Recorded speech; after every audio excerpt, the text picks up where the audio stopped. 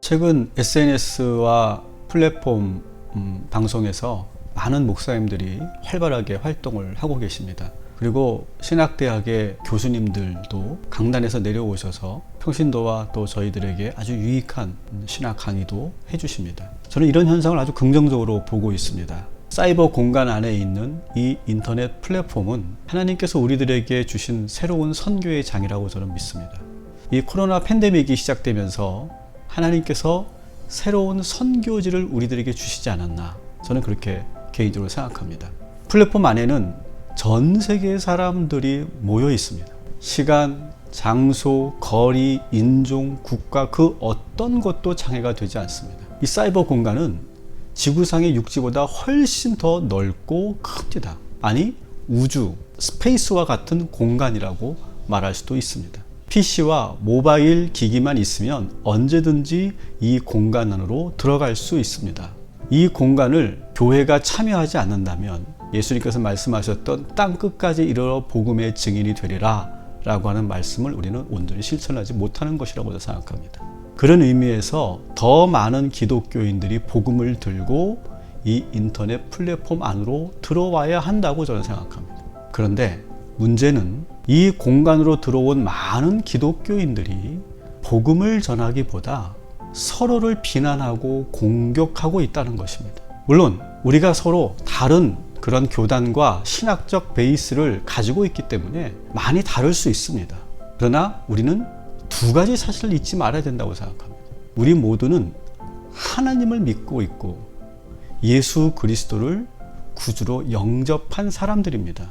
그리고 이 사이버 공간 안에서 해야 될 것은 복음을 전하러 들어온 것이다 라고 하는 것입니다. 그런데 같은 목사님들끼리, 같은 기독교 단체끼리 서로가 서로를 원색적으로 비난하고 정죄하는 일, 그러면서 사실이 확인되지 않은 페이크 뉴스를 퍼뜨리면서 서로의 권위와 명예를 실추시키는 그런 일들이 너무나 많이 이루어지고 있는 것을 저는 보면서 많이 안타까웠습니다. 자기의 의견에 동조하는 사람들을 끌어모으고 또 SNS와 플랫폼 채널을 통해서 인기를 누리려고 하는 그런 욕망이 우리들에게 있지 않나, 저는 그렇게 생각합니다. 하나님을 믿지 않는 사람들과 교회에 실망하여 떠난 이 가난한 성도들이 과연 우리들의 이 모습을 보면서 어떤 생각을 할까요? 올바른 복음과 순전한 진리를 전하는 것보다 자신의 구독자 수와 조회수를 올리려고 썸네일 사진과 제목부터 아주 자극적으로 만들어서 사람들의 눈에 띄려고 하는 그런 일들이 우리 기독교 안에서도 이루어지고 있습니다. 물론 우리는 이단자들과 비복음적인 교회와 단체에 대해서는 분명하게 선을 그어야 하고 잘못된 것은 잘못되었다고 말해야 합니다. 그래서 사람들이 잘 분별할 수 있도록 도와줘야 됩니다.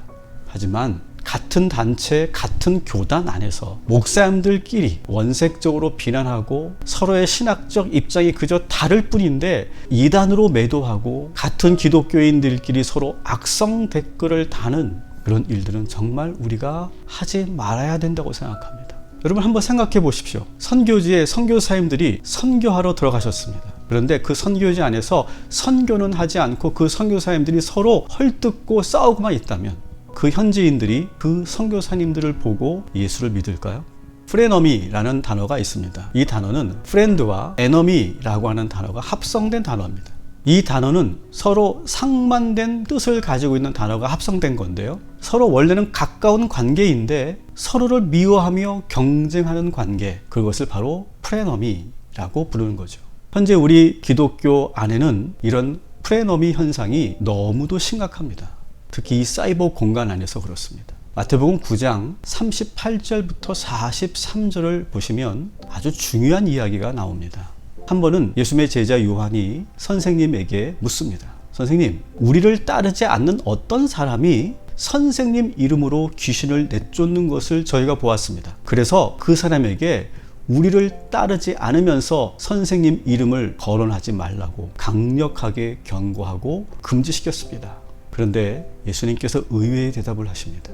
그 사람이 하는 일을 막지 말라. 내 이름으로 기적을 행하는 사람은 우리를 욕하지 못할 것이다. 우리의 적이 아니라는 것이죠. 우리를 반대하지 않는 사람은 우리를 지지하는 사람이다. 이렇게 말씀하십니다. 그러면서 아주 엄중하게 우리들에게 결론적으로 말씀하십니다. 나는 분명히 너희들에게 말한다. 그리스도 이름으로 서로가 물 한 잔이라도 나누면서 격려하면 반드시 하늘의 상이 클 것이다. 우리는 지금 하나님 말씀을 들고 새롭게 열려 있는 사이버 세상으로 복음을 들고 들어갑니다. 예수 이름으로 말이죠. 그러면 우리는 서로 동료고 형제고 같은 동역자입니다. 그런데 그 안에서 나만 옳다고 말씀을 들어서 서로를 비난하고 공격한다면 전도가 되고 선교가 될까요? 그래서 오늘 제가 인용하고 있는 마가복음 9장 42절에 이런 말씀을 또 하십니다. 또 누구든지 나를 믿는 이 작은 자들 중에 하나라도 실족하게 한다면 차라리 연자 맷돌이 그 목에 매여 바다에 던져지는 것이 더 나으니라. 우리는 자기가 옳다고 바르고 정당하다고 주장하기 위해서 같은 동역자들과 같은 사역자들을 매도하면서 사람들을 실족시키고 있는 것입니다. 다시 한번 제가 여러분들에게 예수님의 말씀을 인용하겠습니다. 이 작은 자들 중에 하나라도 너희가 실족케 한다면 차라리 연자 맷돌을 목에 메고 바다에 던지우라. 유튜브 채널과 다양한 SNS를 구독하고 팔로우하고 계시는 분들께 저는 부탁을 드립니다. 누군가를 공격하고 비난하고 혐오하는 것은 쉽습니다. 그리고 아주 선명해 보이고 시원해 보일 수 있습니다. 그렇지만 같은 하나님의 자녀이고 그리스도의 한 몸인 우리가 서로를 공격하고 비난하는 컨텐츠를 계속 한번 여러분 보십시오. 여러분의 영혼이 어떻게 변화가고 있는지 잘 분별해 보시기 바랍니다. 우리들이 싸울 적은 혈과 육이 아닙니다. 다시 말해서 사람이 아니라는 것입니다. 같은 그리스도인이 아니라는 것입니다. 옆에 교회가 나의 적이 아니라는 것입니다. 우리들이 싸울 적은 마귀 권세이다. 오히려 우리를 분열시키고 하나 되지 못하도록 이간하는 영에 사로잡히는 것입니다. 하나님이 열어주신 이 사이버 공간을 거룩한 선교의 장으로 만드는 일, 이것이 정말 우리가 해야 될 일입니다. 구독자 수와 조회수에 너무 연연하지 말고 정말 하나님의 말씀, 예수 그리스도의 복음을 전하는 아주 귀한 선교지로 사용합시다.